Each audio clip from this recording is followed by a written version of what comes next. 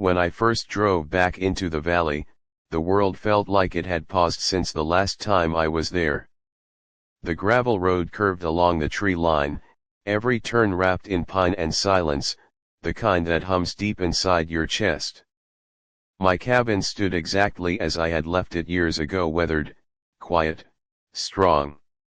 The boards creaked under my boots when I stepped onto the porch, the same boards I had cut and nailed with my own hands back when this land didn't have a single community rule.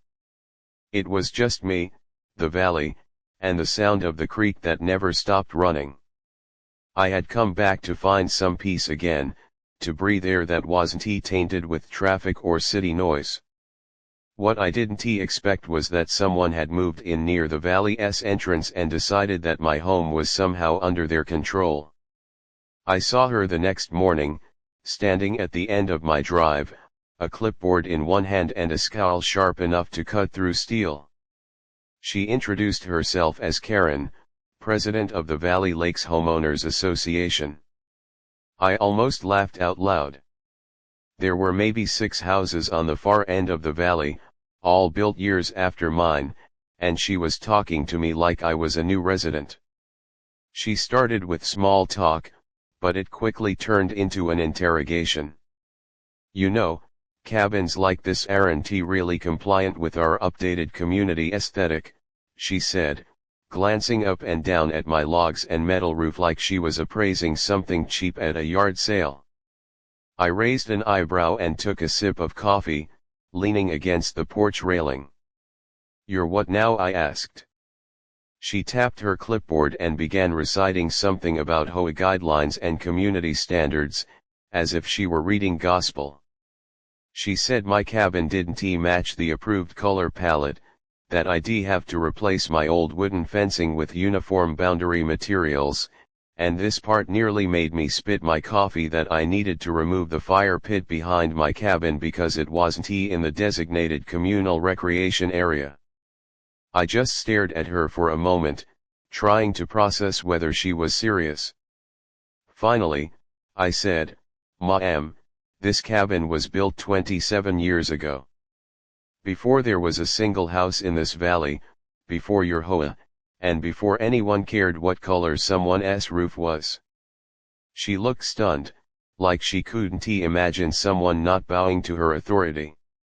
Well, she sniffed, adjusting her sunglasses, all properties in the valley fall under the HOA's oversight now. You'll have to bring it up to compliance or face fines. That's when I smiled, the kind of slow, knowing smile that made her uncomfortable. You sure about that? I asked. She hesitated but nodded, clearly confident her rules applied to me too. She didn't realize yet that the land she was standing on wasn't hers to regulate.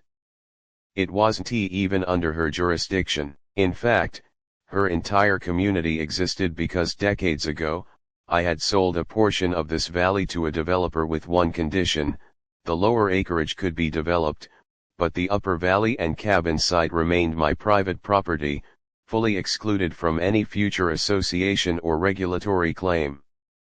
I had written that clause myself and signed it in front of a lawyer. But I didn't tell her that yet. I wanted to see how far she would go. Over the next week, I watched her make her rounds through the neighborhood like a sheriff in a Western movie. She'd stop by houses, inspect lawns, measure fences, and take pictures. A few neighbors waved politely when they saw me, but you could tell they were nervous. She had them under her thumb. One older man, Bill, told me she'd fined him for having his RV parked too close to his driveway. Another neighbor got a warning because his shed clashed with the natural tones of the environment. It was ridiculous. I could feel the resentment simmering beneath everyone's politeness. Then one afternoon, I came home to find a bright orange notice nailed to my porch post. Violation notice, it read. Apparently, I was in breach of HOA Code 4.1.3, non-conforming architectural design. She had the nerve to threaten me with a $200 a day fine. I stood there holding that piece of paper, half laughing, half furious. She hadn't just crossed a line, she had stepped miles past it. I grabbed the notice, crumpled it in my hand, and decided it was time to remind her who actually owned what around here. The next day, I went into town and pulled out the old deed from my storage unit, a thick folder of papers dating back nearly 30 years. It detailed every acre, every boundary line, every clause.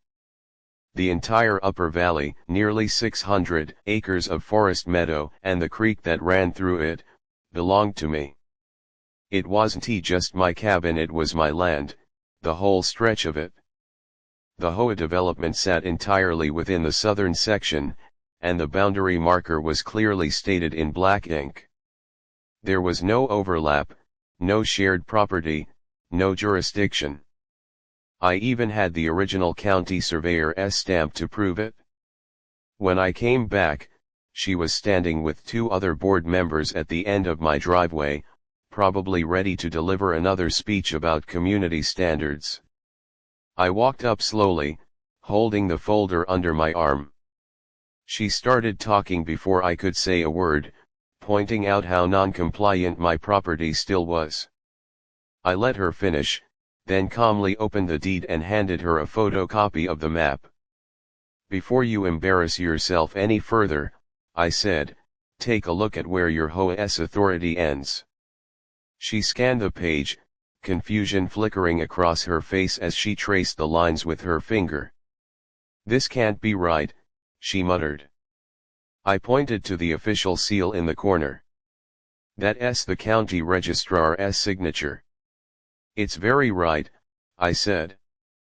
"You see that line there, that's your southern boundary. Everything north of that, including this cabin, the fields, the creek, and the road you're standing on right now, that's mine. Private property. Never transferred. Never under your control." For a moment, she looked like she might explode. Her jaw tightened, her cheeks flushed red. "That's not possible," she said, trying to sound authoritative, but her voice cracked. "We were told the entire valley was part of the association." "Whoever told you that was wrong," I replied, stepping a little closer. "And now you're trespassing."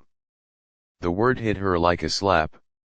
She stammered something about needing to verify this with the board, but I could see in her eyes that she already knew she'd made a huge mistake. The other 2 board members looked down at their feet, clearly realizing their president had picked the wrong fight. As they turned to leave, I called out, "Next time you decide to threaten someone with fines, make sure you actually have the right to do it." She didn't answer. She just stomped back to her golf cart and sped off down the road, the clipboard still clutched like a lifeline. That night, I sat by my fire pit, the same one she'd tried to order me to remove, and watched the flames dance under the stars.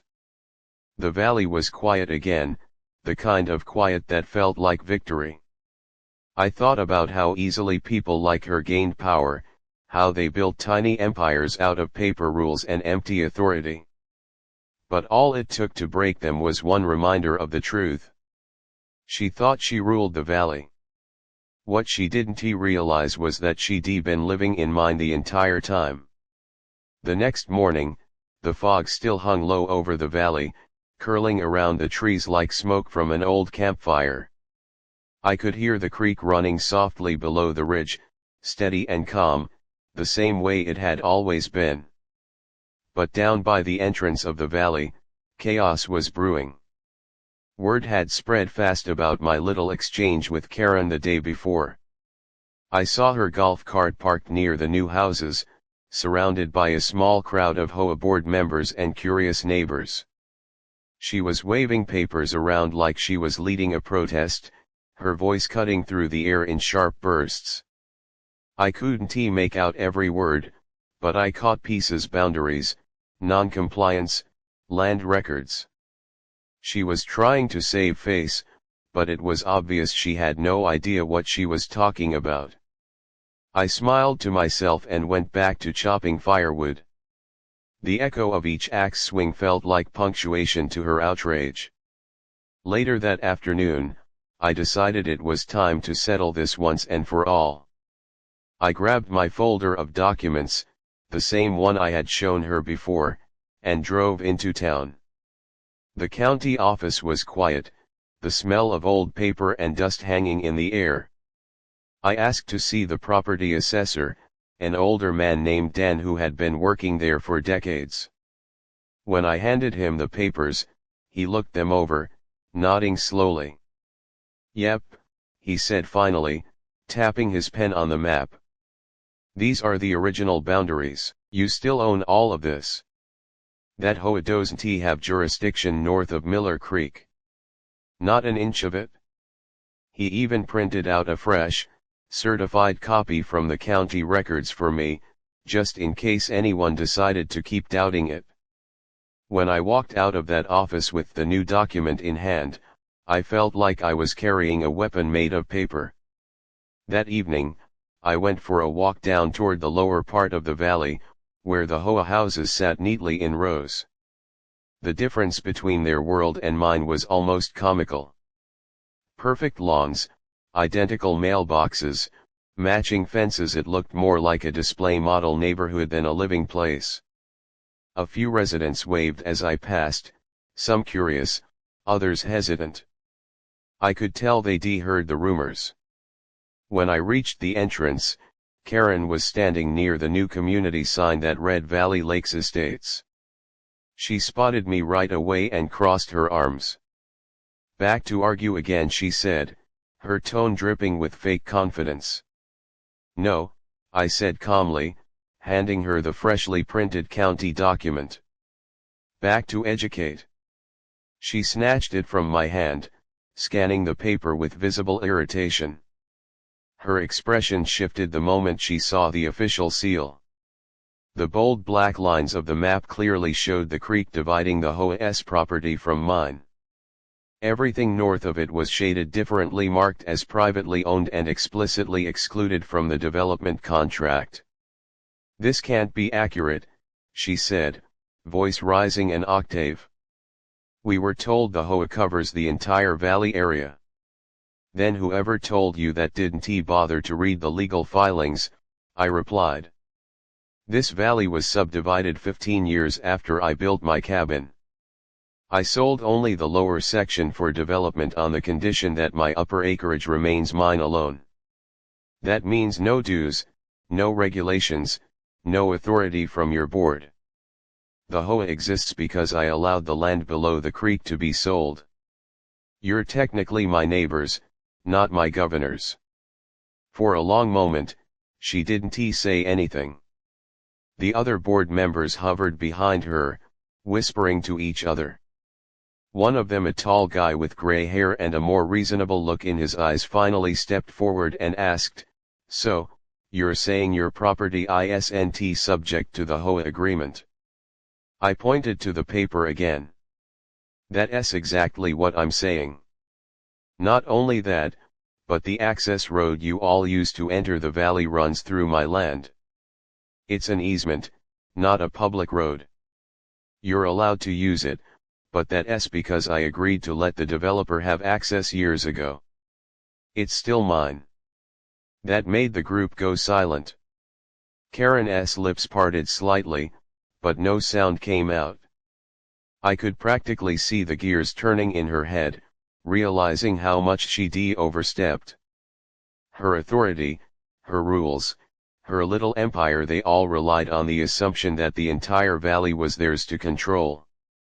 And now, with one piece of paper, that illusion was gone. She finally found her voice. "Well," she said stiffly, "we'll have our legal team verify this." "Be my guest," I said, turning to leave. "Just make sure you call the county. They'll tell you exactly what I did." Over the next week, things started to shift.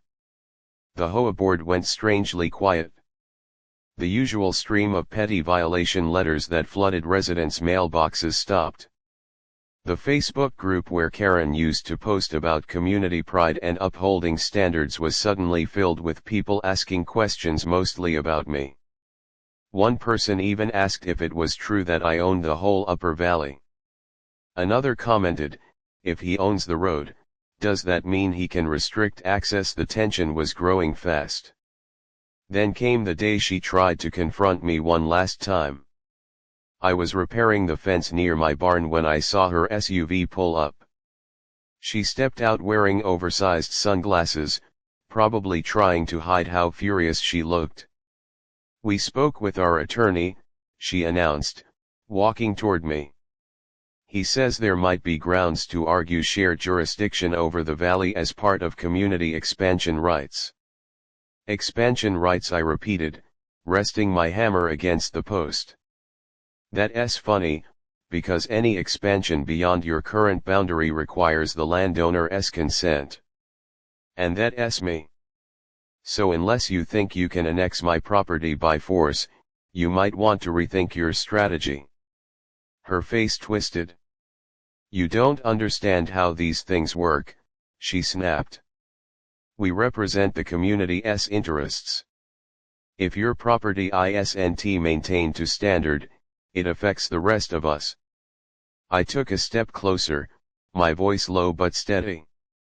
What affects you is your own arrogance. I built this cabin before your community existed. I pay my taxes, I maintain my land, and I don't answer to a single one of your made-up rules. You might run your board, but don't confuse that with owning this valley. She opened her mouth to argue, but I wasn't finished. You came here thinking you could tell me what to do, thinking your clipboard made you queen of the mountain. But this land was mine long before you learned how to hold meetings about paint colors and mailbox sizes. And let me tell you something, if you ever step on my property again without permission, I'll treat it as trespassing. That's not a threat. That's the law. For a second, the only sound was the creek behind us, trickling like a quiet witness. Her jaw tightened. She turned on her heel, muttering something under her breath, and got back in her SUV. The tires spat gravel as she drove off down the road. That evening, I sat on my porch, watching the last light fade across the valley. The whole place looked different now, calmer somehow, like it was settling back into what it was always meant to be. The wind moved through the trees, carrying the faint sound of water and the smell of pine.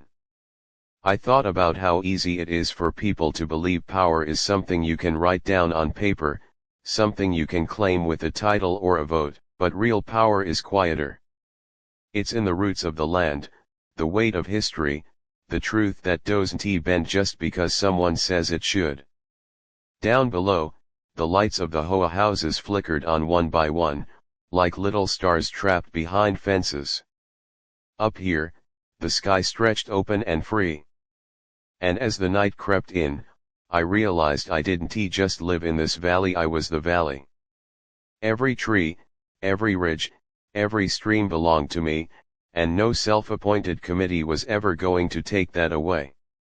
The next few weeks passed quietly, though the valley buzzed beneath the surface like a storm waiting to break.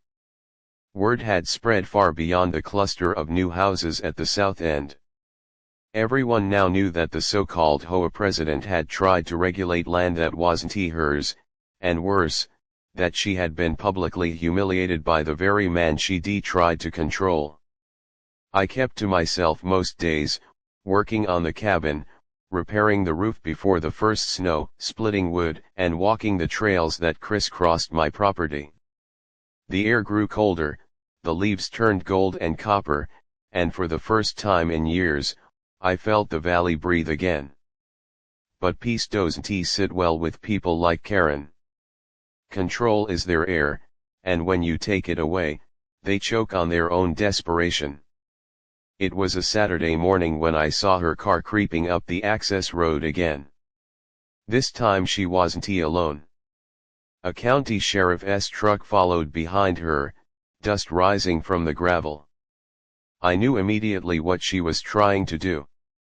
She must have called them, spinning some story about violations or safety hazards, hoping to scare me into compliance. I didn't bother to hide the smirk on my face as they pulled up in front of the cabin.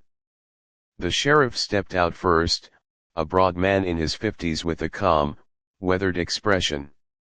Karen followed, clutching her clipboard like it was a shield. "Morning," the sheriff said politely. "We got a call about a possible dispute involving property lines and community enforcement." I nodded, keeping my hands in my jacket pockets. "You came to the right place," I said. "Because this is where that dispute ends." Karen immediately jumped in, her words tripping over each other. "This property is not up to HOA standards," she declared, pointing toward my cabin. "He's violating multiple codes: non-standard fencing, unapproved exterior colors, and unregulated fire structures. He's putting the entire community at risk." The sheriff looked at her, then back at me, and I could see the flicker of recognition in his eyes. He knew who I was. "Ma'am," he said evenly, "can I ask where exactly you believe this property falls within your association's jurisdiction?" She pulled out a laminated map, the same one she'd been waving around for weeks, and pointed toward the general area where we stood.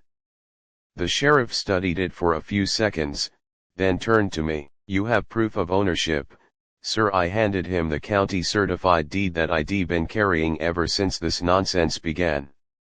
He took his time reading it, tracing the boundaries, nodding occasionally. When he finished, he looked at Karen. "Ma'am, this property isn't within your HOA's jurisdiction." "Not even close."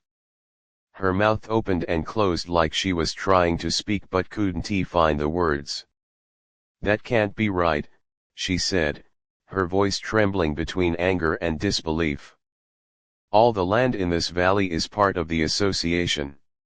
The sheriff shook his head slowly. "This document is signed and sealed by the county registrar. This land was never transferred to the developer. It's private property, and he's well within his rights to do what he wants here." He handed her back her map, his tone firm but patient. "You might want to stop bothering him before you cross into harassment." For a long moment, she stood frozen, eyes darting between us. I could see her world cracking. Every ounce of power she thought she had just been dismissed by the law itself. The sheriff turned back to me. "Sorry for the trouble, sir. We just have to check every report." I nodded. "No problem, officer. You're just doing your job." He tipped his hat, gave Karen one last look that said everything he didn't need to, and drove off down the road. She stayed for a moment longer, trembling with anger. "You think this is over?" she hissed. "You think you can just do whatever you want?" I took a slow step forward until we were standing just a few feet apart. "No," I said quietly. "I know I can. Because this is my land." "You don't own this valley, Karen." "I do."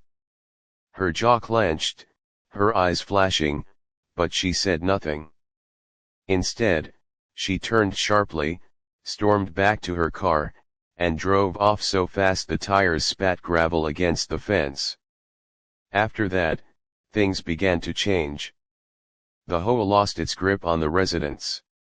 Without fear or fines to hold over them, people started living again. One neighbor, a quiet older woman who often walked her dog by the creek, stopped by with a pie one afternoon. She thanked me for standing up to them, saying it had given the rest of the neighborhood courage. Another resident started repainting his house whatever color he wanted, ignoring the approved palette. Even the man who'd been fined for his RV parked it proudly in his driveway again. Freedom, it seemed, was contagious. Meanwhile, Karen grew quieter. Her social posts became less frequent, her community announcements fewer. I'd see her car pass by sometimes, but she never stopped. Maybe she was embarrassed, maybe she was still plotting, but either way, she had finally learned that not everything in this valley was hers to control. The silence she left behind felt like the valley was finally healing. Winter came early that year. Snow dusted the trees and blanketed the ground in soft white. I'd sit by the fire in the evenings, listening to the crackle of wood and the wind outside. Sometimes I'd think about how strange it was how a few sheets of paper and a stubborn woman had stirred up so much chaos. But in the end, the valley always wins. People come and go, rules change, but the land remains. That's what they never understand. One morning, as I was clearing snow from the porch, a different truck pulled up. This time it wasn't the sheriff, it was a county surveyor. He got out, friendly and professional, explaining that the HOA had requested a reassessment of boundaries. I just smiled and handed him my latest certified deed. He chuckled after glancing at it. "Don't worry," he said. "We already told them you're untouchable out here." He took a few photos, checked some markers, and left. By the time he drove off, I knew the HOA had officially backed down. A week later, a notice appeared on the community bulletin board down by the mailboxes. It was a resignation letter from Karen herself. Due to unforeseen challenges and personal reasons, it said, "I will be stepping down as HOA president effective immediately." No one clapped. No one even mentioned it. It was like a chapter that had needed closing for a long time had finally been sealed. That night, I walked up the ridge behind my cabin. From there, you could see the whole valley, the roofs of the new houses below, the winding creek reflecting the moonlight, the outline of my cabin against the trees. The wind whistled through the pines, cold and pure. I stood there for a while, breathing it in. This land had always been mine, but now it felt like it had taken a deep breath too, relieved to be free from her noise. Down below, faint lights flickered in the houses, little pockets of warmth and life. I didn't hate them. They were just people trying to live, caught in someone else's idea of control. I hope they remember that this valley wasn't meant to be ruled, it was meant to be respected. As I turned to head back down, snowflakes began to fall again, quiet and steady. The world went still except for the crunch of my boots and the whisper of the wind through the branches. I thought of everything that had happened, how one woman's arrogance had collided with the unshakable truth of the land, and how in the end, the valley itself had chosen its side. And as I reached my porch and looked out across the dark, sleeping forest, I smiled. The valley was mine again, in every way that mattered.